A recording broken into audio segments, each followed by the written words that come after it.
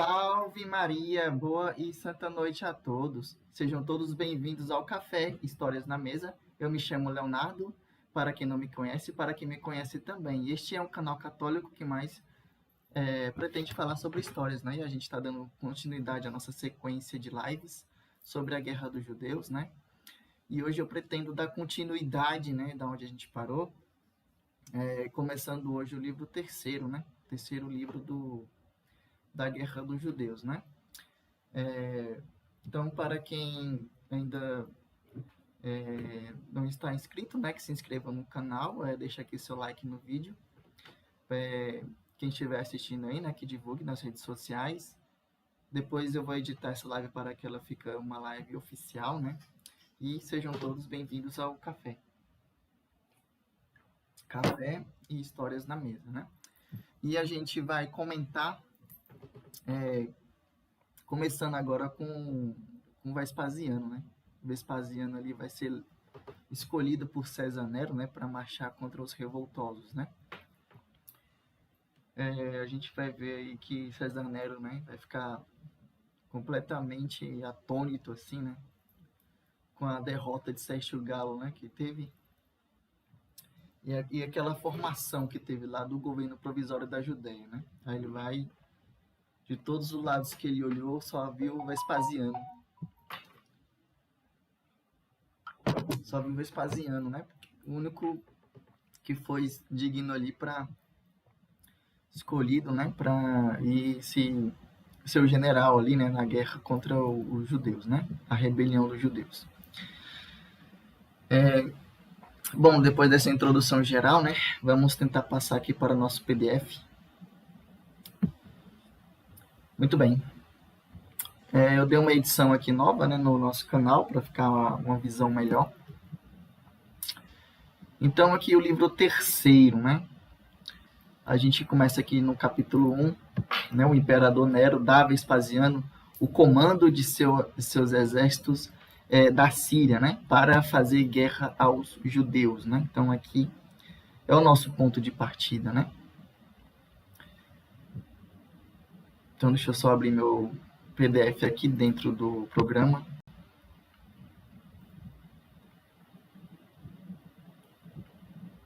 Muito bem. O importante é que está tudo funcionando tranquilo, né?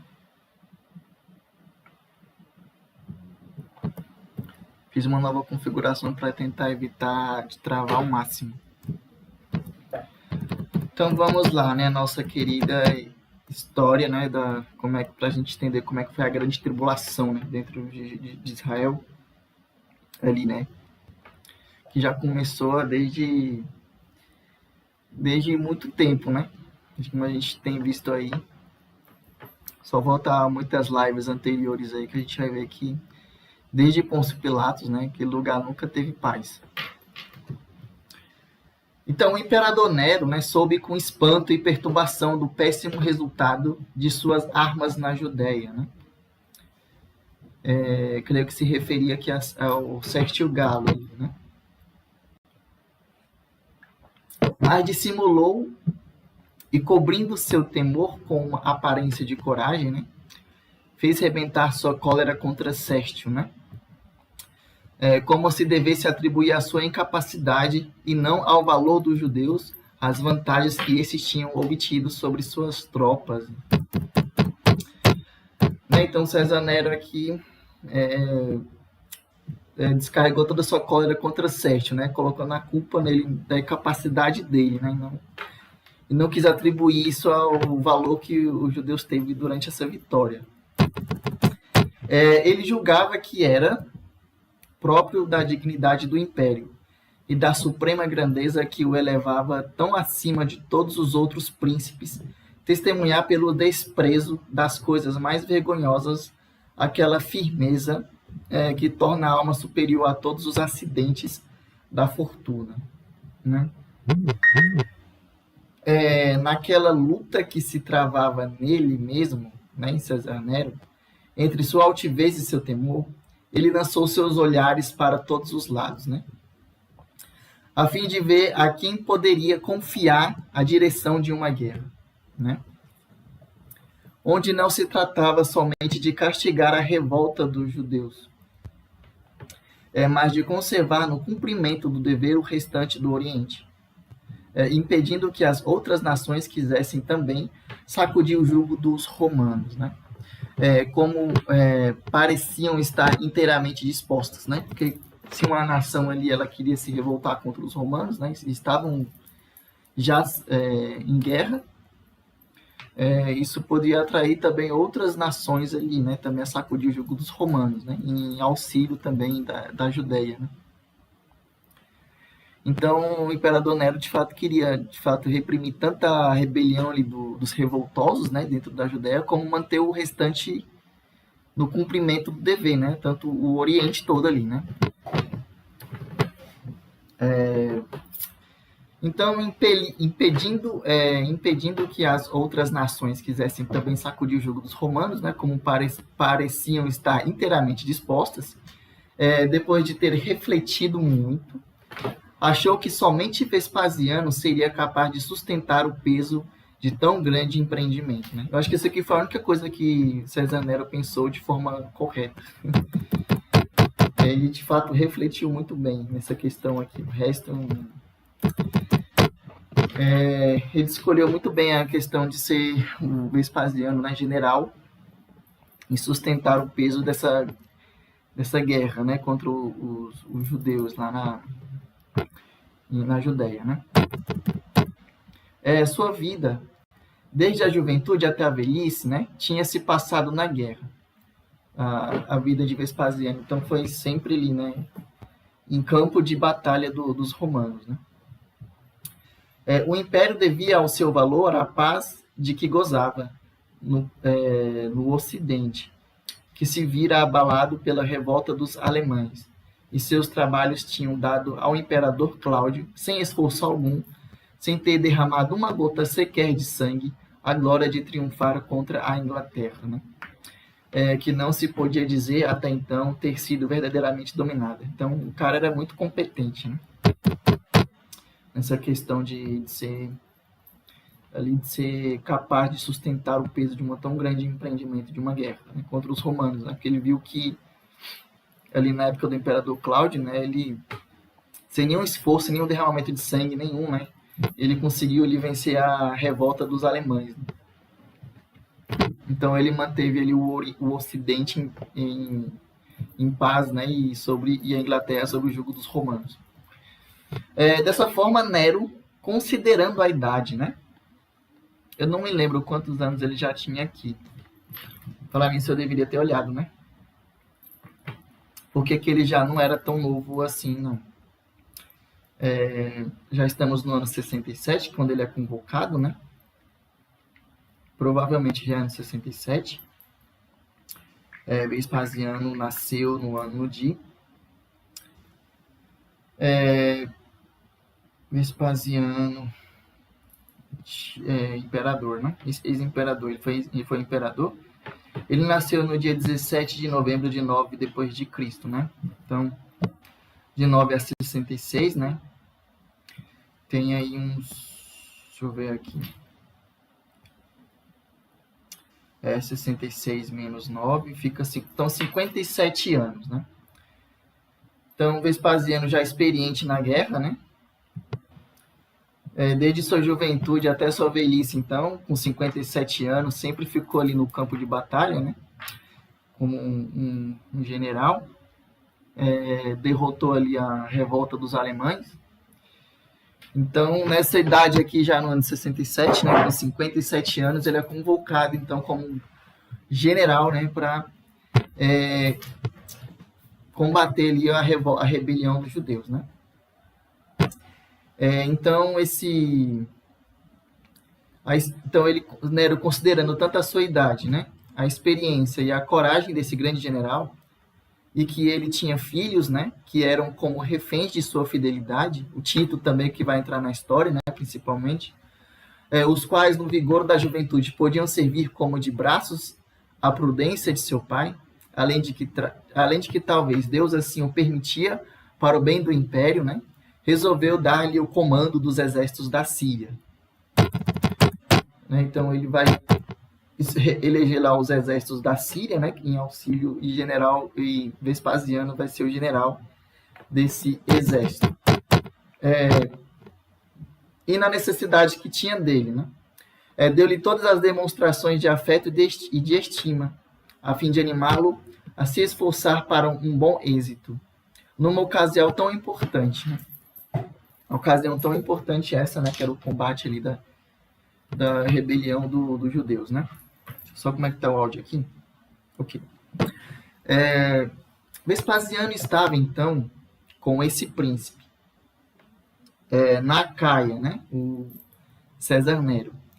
E apenas honrado com esse grande cargo, ele mandou Tito, seu filho, a Alexandria para receber a 5ª e 10ª legiões. São legiões importantíssimas, né?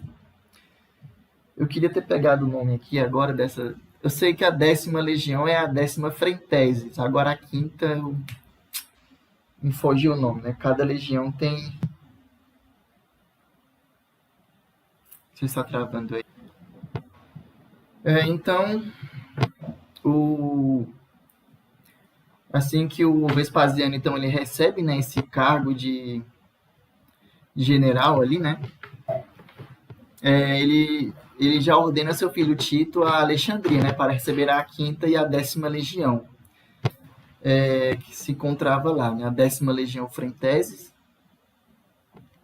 Ele, depois de ter passado o estreito do Helesponto, dirigiu-se por terra para a Síria, onde reuniu todas as forças romanas e as tropas auxiliares que lhes deram os reis das nações vizinhas àquela província. Né? Então, Vespasiano agora ele tem todo um arsenal, né, para marchar contra os revoltosos. Né? Muito mais forte agora do que Sérgio Galo. Estamos aqui no capítulo 2, né? Os judeus querendo atacar a cidade de Ascalon, onde havia uma guarnição romana, perdem 18.000 homens em 2 combates com João e Silas, 2 de seus chefes, né? E Níger, que era o terceiro, salva-se milagrosamente. Então isso aqui já era um combate ali meio que já nessa cidade aqui, né, de Ascalon, antes de Vespasiano chegar lá ainda, né? Então, esta vitória tão inesperada, obtida pelos judeus sobre o exército romano, né, comandado por Sérgio, deixou-os de tal modo cheios de si e tornou-os tão insolentes que, incapazes de se moderar, só pensaram em levar a guerra ainda mais longe. Né? Depois de ter reunido o que melhor havia em tropas, marcharam contra Ascalon, né?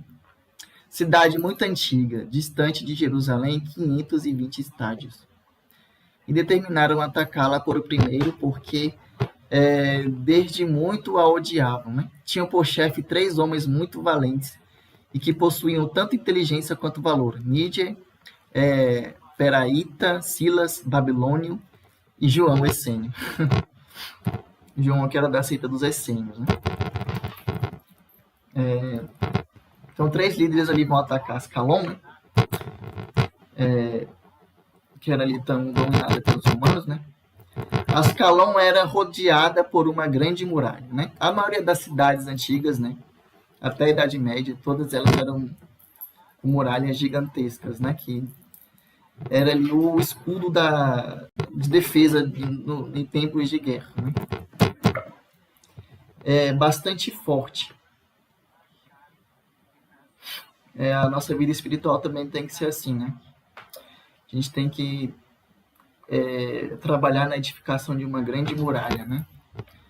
Em defesa dos ataques, das tentações, né? Dos pecados. A gente ergue essa grande muralha, né? Com a vida de oração, com a vida sacramental, né? Então, a gente também aplica isso à nossa vida espiritual, né? Então, nós temos que rodear a nossa alma com uma grande muralha, né? Bastante forte. Mas a guarnição era fraca, composta apenas de uma corte de infantaria e de um pouco de cavalaria, né? Às vezes, por mais que a gente se esforça por ter uma grande vida espiritual, né, forte, às vezes a gente ainda tem as nossas fraquezas, né? Então, no combate, né? Então tinha uma guarnição fraca ali, né, de romanos, composta apenas de uma corte de infantaria e de um pouco de cavalaria, né, comandada por Antônio.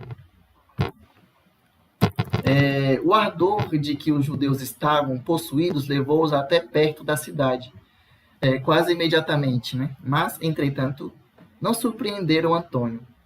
Como ele fora avisado de sua marcha, já tinha saído com sua cavalaria para esperá-los, né? Sem se admirar com seu grande número e sua ousadia, resistiu tão corajosamente ao seu primeiro ataque, né? Então ele foi lá, resistiu, né? Não estava nem aí pro tanto de número dos revoltosos, né? Que eles não puderam avançar até as muralhas da cidade, porque ainda que sobrepujassem de muitos romanos, em número, né? Tinham a desvantagem de lidar com inimigos tão peritos na guerra, né? Então os romanos eles eram muito peritos na guerra, mesmo que fossem poucos ali, né? Poucas legiões ali, né? Um pouco da corte de infantaria e um pouco de cavalaria, né? Eles eram muito peritos em guerra, né? Eles tinham uma disciplina assim extrema, né? E eram muito obedientes. Eles marchavam muito bem corretos, né? Assim, bem disciplinados, né? Tinha um treinamento assim bem forte, né? Então, os romanos eram muito bem armados também, né? Eles tinham um escudo gigante, eles tinham e eles, ao contrário, muito mal, né? Os judeus muito mal armados. Eram bem disciplinados e eles pouco, né? E, em vez de agir pela impetuosidade, pela cólera, obedeciam perfeitamente aos seus chefes, né? Que eram os soldados romanos. Além de que os judeus só tinham infantaria e foram facilmente derrotados, pois logo que a cavalaria rompeu suas primeiras linhas, eles fugiram e os romanos então atacaram-nos de todos os lados, né? Espalhados pelo campo, o que lhes era muito favorável, né? E mataram um grande número deles. Então, veja que mesmo sendo poucos, né?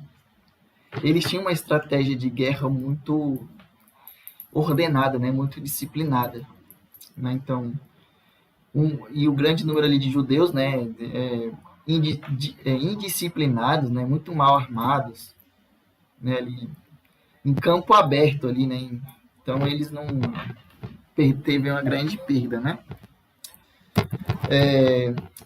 Não que os judeus não tivessem ânimo e coragem, né? Pois tudo faziam para restaurar a luta, mas porque a desordem em que estavam não permitia, né? E os romanos continuaram a persegui-los, animados como estavam pela vitória, durante a maior parte do dia sem lhes dar tempo de se reunir. Assim, 10.000 caíram mortos na luta, com João e Silas, seus comandantes, né? Os outros, dos quais a maior parte estava ferida, fugiram sob o comando de Níger, né? Para uma aldeia da Idumeia, chamada Sales. Do lado dos romanos, alguns somente foram feridos, né? Então, assim, é muito interessante a gente entender como é que era a guerra dos romanos no primeiro século, né? Como é que eles se estruturavam, né?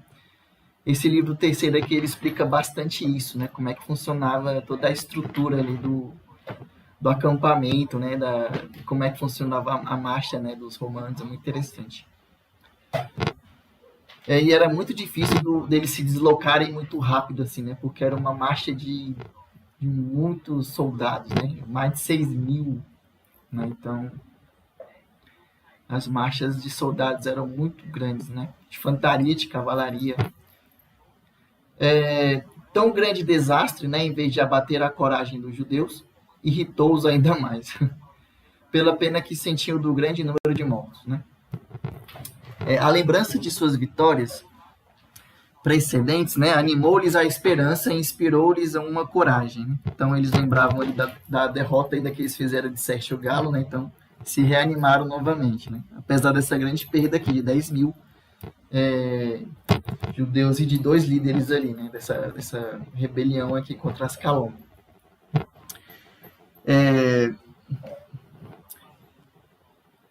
Então, animou-lhes a esperança e inspirou-lhes uma coragem, que lhes trouxe uma segunda derrota, sem nem mesmo dar tempo aos feridos, né, de se curarem.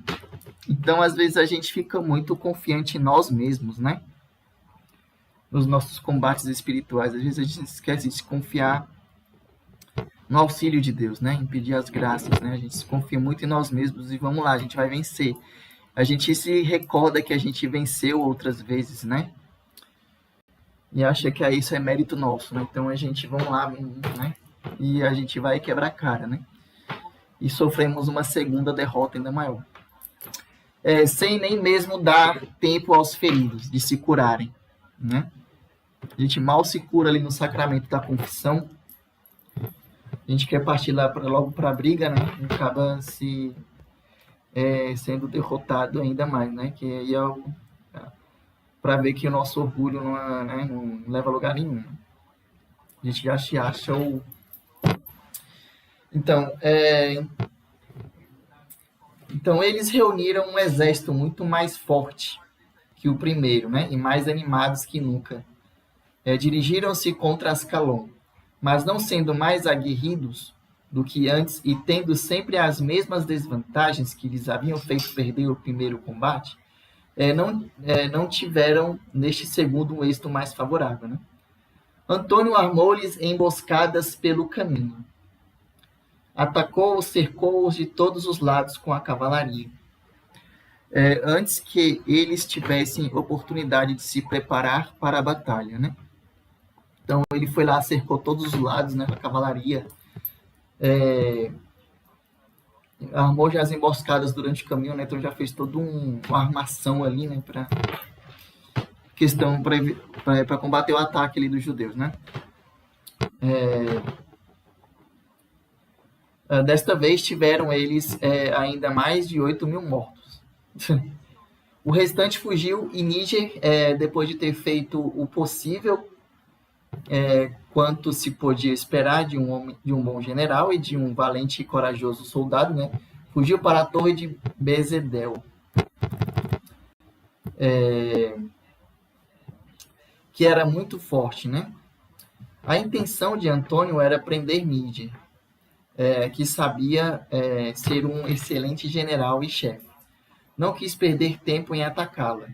Contentou-se em incendiá-la e retirou-se, imaginando que Níger não podia deixar de perecer com os outros, né? Ele, porém, se tinha lançado do alto da torre, né? Então ele se jogou lá de cima, né? Porque ele viu que o Antônio estava incendiando a torre onde ele estava, né? Se refugiando lá. Ele se jogou e fora cair numa gruta, né? Onde os seus o encontraram vivo 3 dias depois, quando oprimidos pela dor, procuravam seu corpo para enterrá-lo, né? Então ele morreu ali. Tão inesperada felicidade deu-lhes alegria inexprimível que eles só podiam atribuir à providência particular de Deus. E ter assim conservado... Confundi aqui. Eles estavam procurando o corpo dele para enterrar, só que eles acharam ele vivo ali, né, na gruta, né? Então, tão inesperada felicidade deu-lhes alegria inexprimível, né? Que eles só podiam atribuir à providência particular de Deus e ter assim conservado um chefe cuja vida era tão necessária para a continuação daquela guerra, né? Então é isso. Ele conseguiu escapar, né, da torre lá, pulou e não morreu. Deixa eu tomar um pouquinho de café aqui, café e histórias na mesa, né?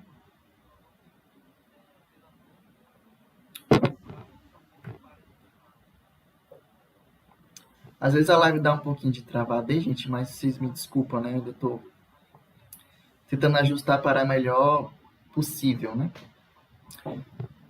Então, capítulo 3, né? Vespasiano chega à Síria. E os habitantes de Séforis a principal cidade da Galiléia, que se conservava fiel ao partido dos romanos, né, contra os da própria nação, recebem dele uma guarnição, né? Então, você vê que ele dentro ali da Síria, né, não, de Séforis, né, ainda tinha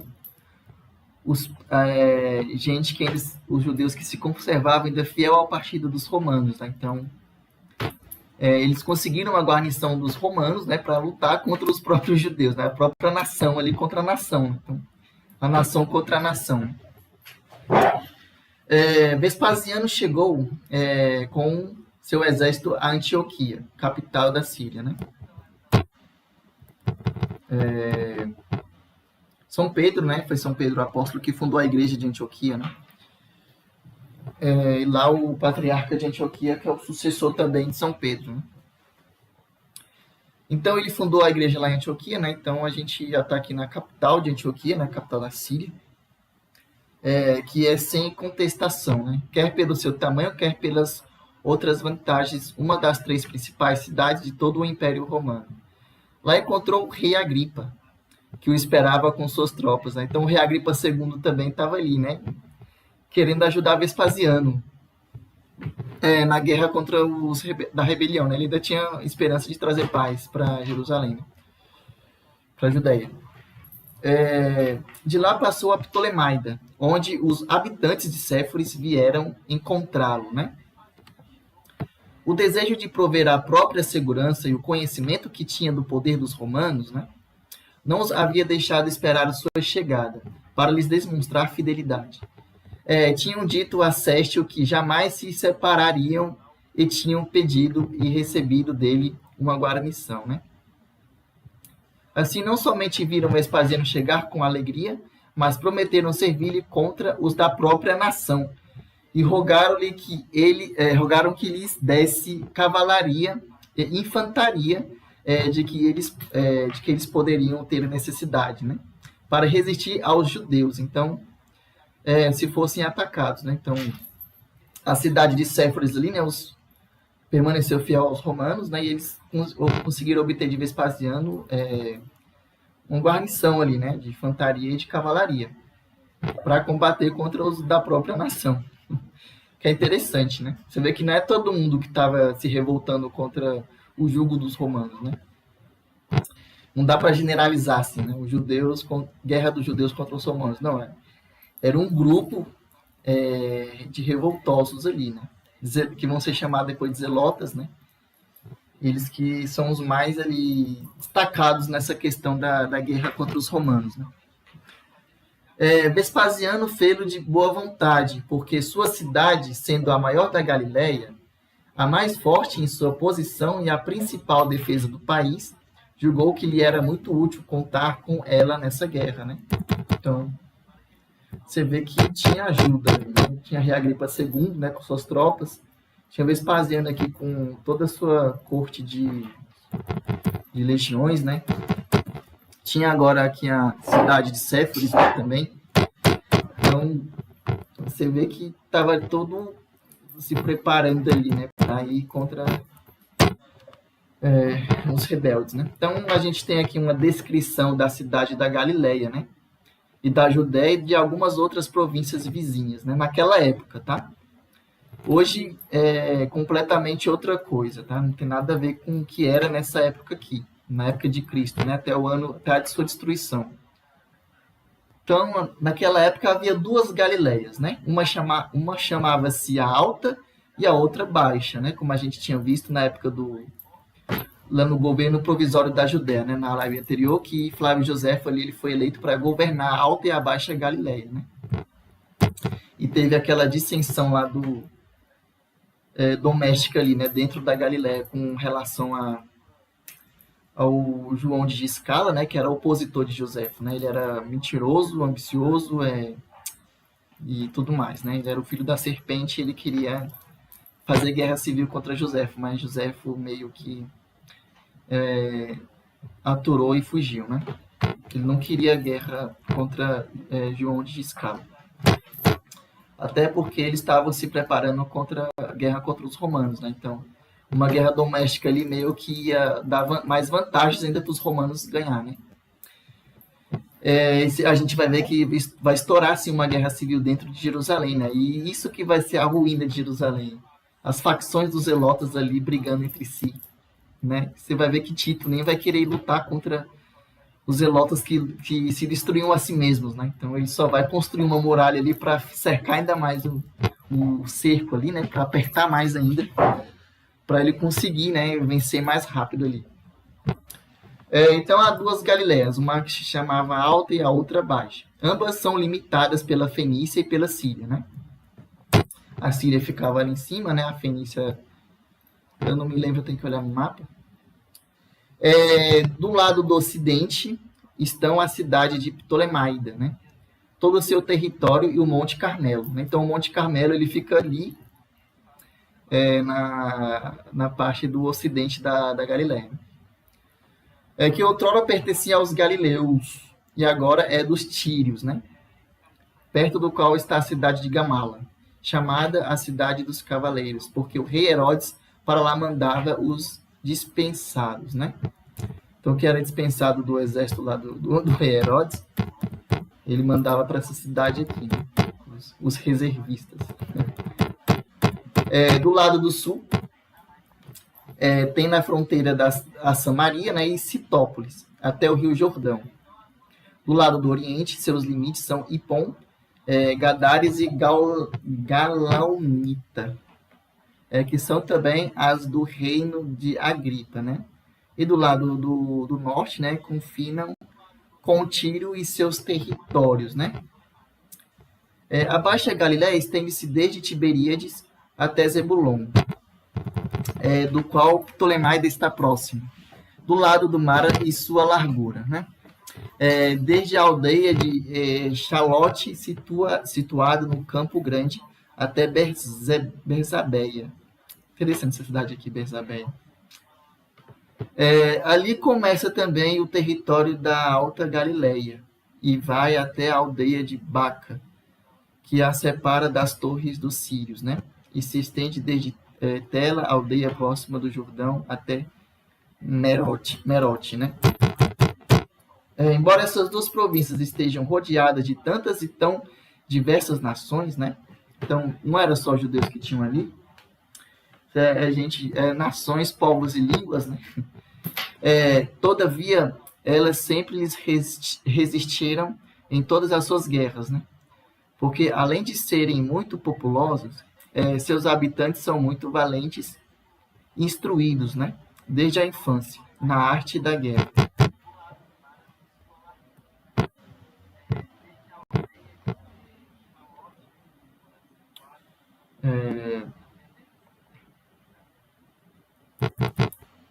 Só um momentinho. Então, as terras são tão férteis e tão bem plantadas, com toda a espécie de árvores, né, que sua abundância convida a cultivá-las, mesmo aqueles que têm pouca inclinação para a lavoura, né? E não há terras inúteis, né? É bem legal quando a gente pega os vídeos aí, né, que mostra a Galileia. É bem interessante, assim, essa parte mais vegetativa também, né?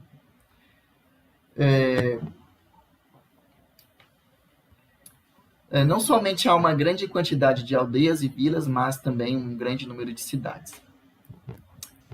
Se não me engano, é na própria Galileia, né, que tem muitas tâmaras plantadas lá, muitas tâmaras, né? É muito bonito, gente. Eu acho muito bonito uma tâmara, né? Era a fruta que se referia ao Antigo Testamento, né, que a terra emanava leite e mel, né? É dessa fruta da tâmara que eles tiram isso, né? A Judéia era cheia de tâmaras, né? A terra que emana leite e mel. Então, já que eu estou aqui, tá, um grande número de cidades, né, tão populosas, que a menor delas tem mais de 15 mil habitantes, né? Então tinha muita gente morando dentro da Galileia, né? Assim, ainda que a extensão da Galileia não seja tão grande como a do país, que está além do Jordão, não lhe é, porém, inferior em força, porque como eu acabo de dizer, toda cultivada e muito fértil. Ao passo que uma grande parte daquele outro país é seca, deserta, incapaz de produzir frutos, né, para alimentação. Então você tem uma parte que é vegetativa, né, que produz frutos ali com muita facilidade, e outra que é o deserto, né? Há, entretanto, lugares onde a terra é tão excelente que produz toda espécie de plantas. Aí vemos grande quantidade de vinhas, de oliveiras e de palmeiras. Olha que interessante. É nesse lugar aqui que tem muitas tâmaras também. Porque as torrentes... palmeiras eu acho que é das tâmaras, né? As oliveiras ali era do azeite de oliva, né? Da azeitona, né? E as vinhas, né? Que é o mais comum ali, né? Que era a própria... em parábolas era a própria Israel. Porque as torrentes que caem das montanhas regam-nas e os riachos que correm sem cessar refrescam-na durante os grandes calores do verão. Essa região estende-se em comprimento de Macheron até Pela. A Pela também é ali onde é a cidade que os cristãos foram se refugiar, né? Que Eusébio de Cesareia fala, fica um pouco ali em cima. E em largura de Filadélfia até o Jordão. Pela limita do lado do norte e o Jordão do lado do ocidente, o país dos Moabitas. Do lado do sul, a Arábia, Sibonitida, Filadélfia e Gerasa do lado do oriente. Né? Então, você vê que José ele dava uma descrição muito detalhada de como era, né, a Galileia ali, na época dos tempos bíblicos, né?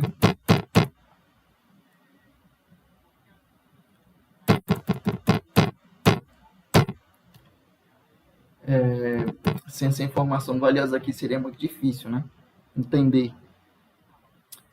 O país que depende de Samaria e que está situado entre a Judéia e a Galiléia, né? Que era Samaria, ficava ali entre esses dois lugares, né? Começa na aldeia de nome Ginéa e termina na toparquia de Acrabatano. Em nada difere da Judéia, pois um e outro são montanhosos e têm ricos campos. As terras são muito boas, fáceis de se cultivar e produzem grande quantidade de frutos, tanto comuns como silvestres, né? Porque sendo naturalmente secos, né, não lhes falta chuva para os regar. Gente, a natureza é sensacional. As águas são as melhores do mundo, né? As pastagens tão excelentes que não se encontra em parte alguma leite em maior abundância do que ali. Mas o que sobrepuja a todo o restante e faz que se apreciem estas duas províncias é a incrível quantidade de homens, né? Que as povoam.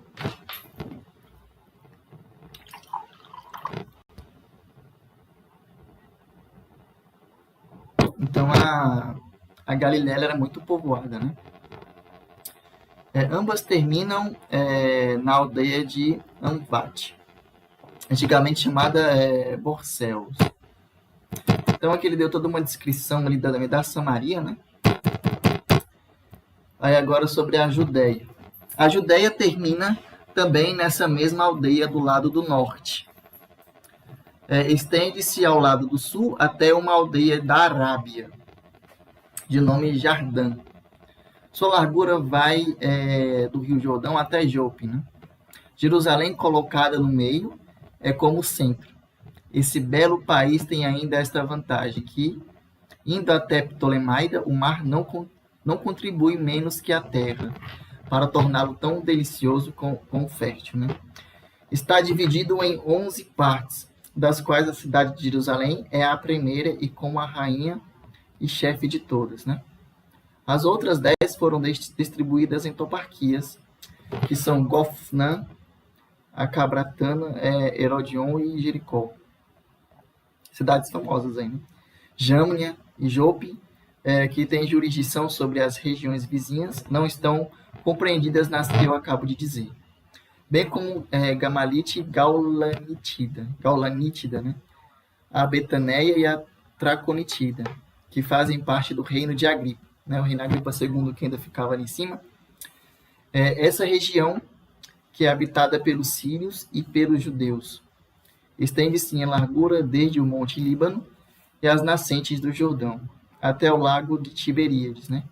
Em comprimento desde a aldeia de Afaque até a Juliada. Então, né, quem quiser olhar no mapa, né, toda essa descrição aqui, eu acho que é possível achar bastante detalhes, né, sobre isso ainda hoje. Então, deixa eu ver onde é que a gente está, capítulo 5, né? Eu queria ler mais, mas eu vou ver se eu consigo estender mais um pouco aqui, gente. Porque eu já estou cansado, já está tarde, né? Eu vou ver se eu deixo essa questão um pouquinho mais para frente, mas eu vou ver se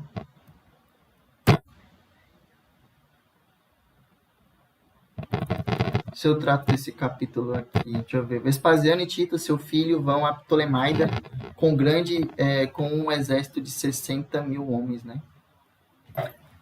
Então, Vespasiano e Tito juntos já, né? Tito, seu filho ali, Vespasiano, o general do exército romano.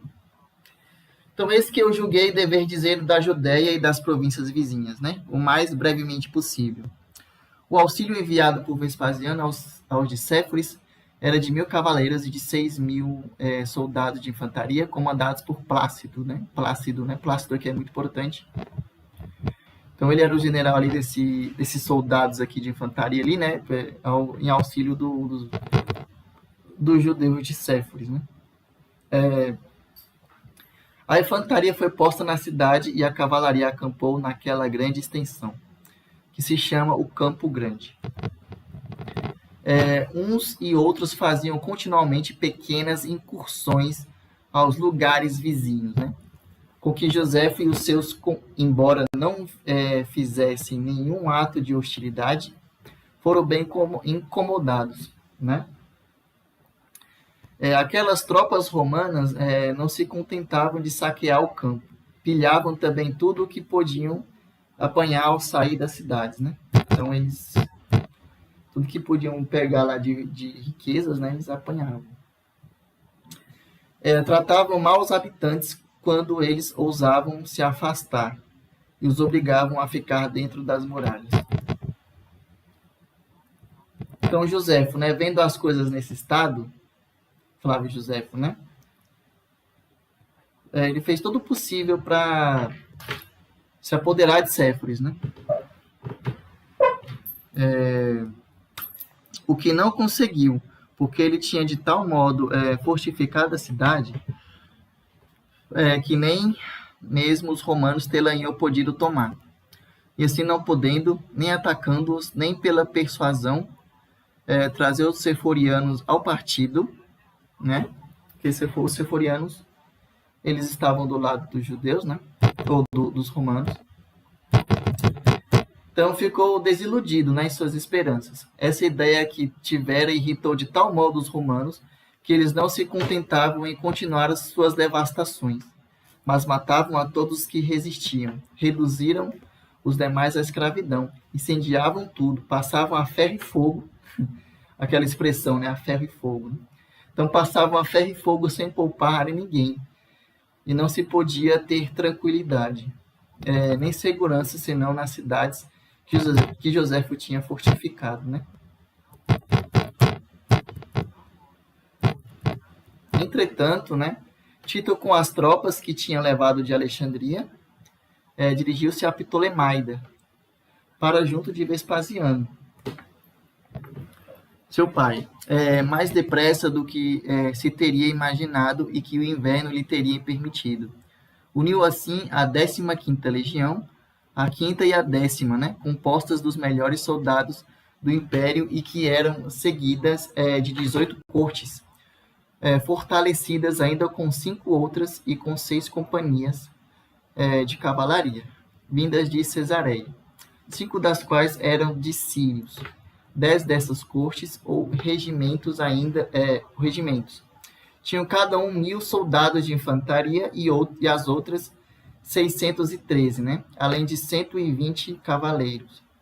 Os príncipes aliados fortaleceram ainda mais esse exército, né? Pois os reis Antíoco, Agripa e Soeme, né? Naquele tempo lá, mandaram cada qual 2.000 soldados de infantaria, né? Malco, rei da Arábia, mandou 1.000 cavaleiros e 5.000 soldados de infantaria, dos quais a maior parte também estava armada de arcos e flechas, né? Então você vê que o Vespasiano não estava sozinho nessa questão, né? Você vê que estava o rei Agripa, estava rei Soeme, estava o rei Antíoco, estava o rei Malco da Arábia, né? Estava os Seforianos ali, com o general Plácido, né? Então tinha a 10ª legião, tinha a 5ª legião, né? Então tinha um arsenal muito grande, né? Então, deixa eu concluir aqui, né? Porque eu já estou muito exausto. Então, todas essas tropas unidas faziam mais ou menos 60.000 homens. Então, era muita gente, né? Imagina 60.000 homens, né? Marchando ali contra os revoltosos, né? Sem contar os empregados, os servidores, que eram em muito grande número e que, tendo passado toda a vida nos perigos da guerra e assistido a todos os exercícios, né, que se faziam durante a paz, não eram inferiores aos seus amos em coragem e perícia, né? Então, temos aí uma grande guerra, então, né, de 60.000 homens, né? Sem contar aí o grande número dos outros ali, né? Então a gente vai ficar com essa questão sobre a disciplina dos romanos na guerra, né, na próxima live, tá? Então é isso, meu povo. Eu quero agradecer aí quem acompanhou a live, né? Quem não acompanhou, que vai assistir depois. Obrigado pela paciência, né? Aqui também eu não sou nenhum especialista, né? Eu só estou fazendo uma análise mesmo de toda a história, né? É bom que a gente já tem um conteúdo no canal para a gente continuar, né? Fazendo uma série das lives sobre a revolta dos judeus, né? E se inscrevam no canal, né? Divulguem para que mais pessoas possam estar tendo acesso a esse conteúdo.